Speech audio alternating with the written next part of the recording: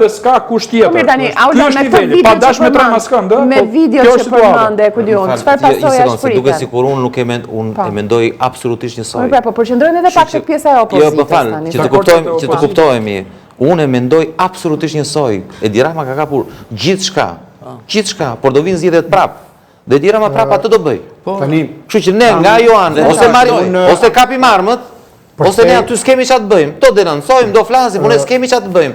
E vetmja gjë që kemi bën Putinit, më ke ç'i bën Putinit. E vetmja gjë që mund të bëjmë, e vetmja gjë që mund të bëjmë ne, ishin oligarkët përpara me e vetmja gjë që mund të bëjmë ne çfarë mund të bëjmë, si mund të zgjerojmë radhët ne, si mund ta shtojmë ne numrin e qytetarëve që kanë besim tek ne. Se kjo është. Ne në fund të fundit, gjithmonë me votë do vemi në pushtet. Me votë do të arëzojmë me Edi Ramën. Ne vazhdojmë, çdo debat televiziv është sa i keq është, si po i vjedh, si e ka kapur ekonomisht. Jo, nuk tham këtë, jo, nuk tham sa i keq është. Është i keq. Jo, sot analiza për mendimin tim ishte e nivelit lartë, ajo që tha Lubonja, në kuptimin që ky zotëria e ka përsos, pra kjo është pa Davidi me Goliathin. Unë kam vite që dal me Lubonjën e themi të njëjtat gjëra me Lubonjën, jemi totalisht dakord. Ne problemi ne jemi me zgjidhjen, po flasim me zgjidhjen. Se mbi problemin jemi gjithë dakord. Për të shkuar tek zgjidhja, unë e shoh për ditë, duhet kuptuar apo duhet bërë pyetja e madhe, çfarë i nevojitet Shqipërisë? A nevojitet thjesht rotacioni si proces demokratik? Unë them jo. Sepse qeverinë e ka rinovuar vetë Rama ja 10 herë deri tani. Hiq një ministër, a i nevojitet Shqipërisë një opozit bashk, sepse nuk e di, a do ta quani një marrje fytyre? Ta mbaroj arsyetimin.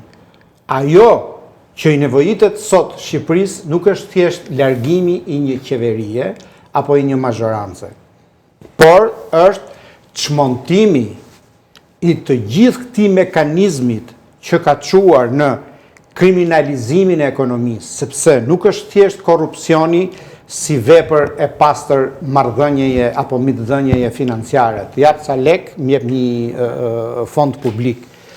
Ekonomia është kriminalizuar, është krijuar rrethi vicioz.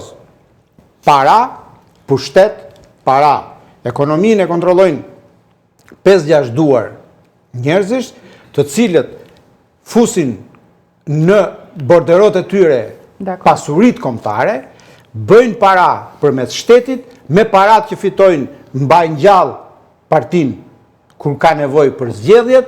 Deri këtu dakord, po si dhe ku nis çmontimi, zoti Tikia? Mundem. Që ta kuptoj. Në një shtet të kapur, pra si ndodh rotacioni? Rotacioni, përpara se ndodh rotacioni, duhet të shpjegosh shqiptarëve projektin politik. Projekti politik që dëgjojmë sot në narrativën publike të partisë kryesore opozitare është të ikë Rama dhe Lubia. Jo. Kush është rrugëzgjidhja pra? Nuk mjafton të ikë Rama. Unë dua të shikoj projektin, si çmontohet kjo PPP-ja, para, pushtet, para. Kjo duhet çmontuar. Si çmontohet korrupsioni politik, si çmontohet kriminalizimi i politikës, sepse gjërat kanë shkuar shumë thellë dhe shumë larg. Nuk mjafton thjesht ndrrimi i mashinistit të trenit, se deri tani ne atë që tha Fatosi, kemi votuar për inat. Për inat Nanos rikthym Berishën, për inat Berishës votum Ramën, tani ka ardhur puna që të ndëshkojmë Ramën me një të ndëshkuar tjetër. Është problem vetëm projekti, po. Dhe projekti, me pjesën e parë, projekti mungon. Ky projekti që të qartësoj që në Shqipëri duhet bërë 1, 2, 3, 4, 5, që të mos mjaftoj ndërrimi i kryeministrit dhe vazhdimi i të njëjtës karroz të ndryshkur që të vazhdoj të bëj të njëjtën gjë.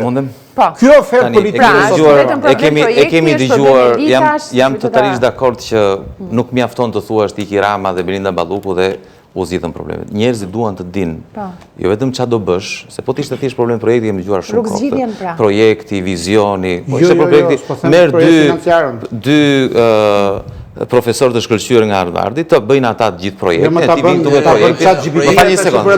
Kur tha as mundohesh. Po flas për ti. Ajo që bën diferencë, njerëzit duan të dinë kush je ti që thua atë.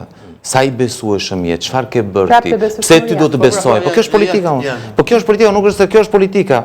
Unë do t'jap votën dikujt që Po te duhet cili kam rrugë besim. zgjidhje, pra, duhet Po kjo rrugë është, zgjidhje, më fal, po. ne duhet të mendojmë si do forcohet opozita, si do rritet mbështetja e qytetarëve tek opozita. Kjo është. Ose si realizohen zgjedhjet e lira dhe të ndeshme. Minut, sepse ata shkojnë të vota. Nuk më fal, po se nuk parit të mbajë dy fjalë. Atëherë, flasim trosh që të merremi vesh. Ka dy gjëra shumë të rëndësishme, që janë të pashmangshme dhe duhen që të dyja që në Shqipëria të ndryshojë.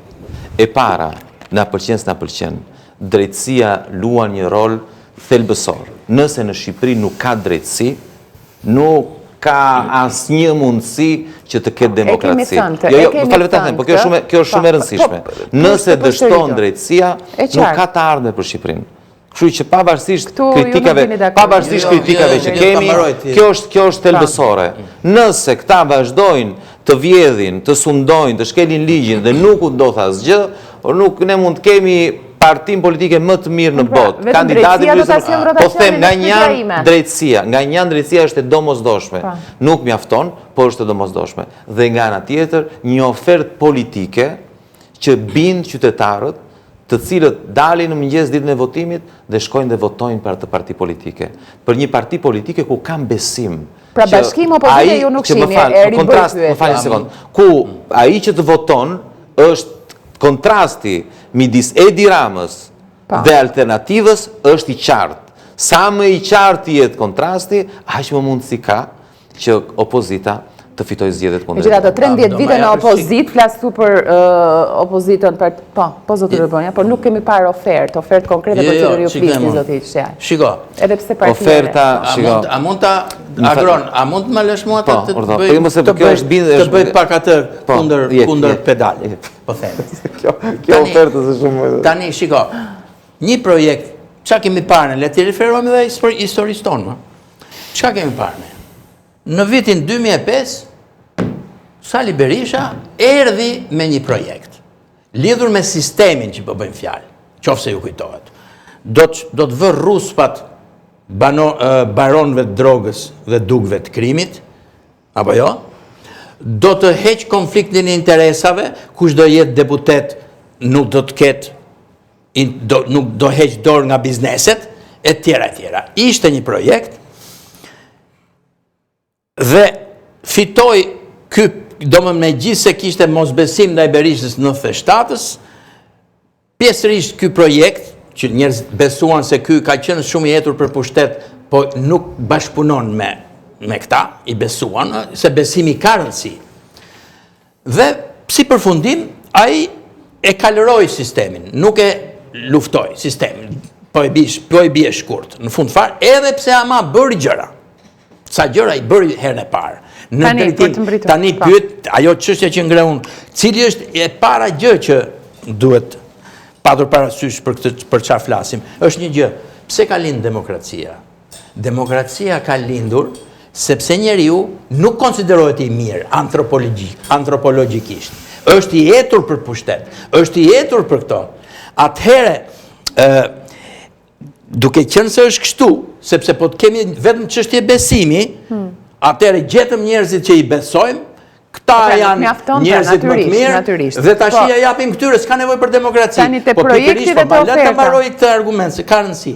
Në këtë aspekt, unë ngulmoj tek çështja tjetër që është duke e presupozuar që ai mund të bëhet i korruptuar dhe të korruptohet absolutisht, duhet të sigurojmë rotacionin.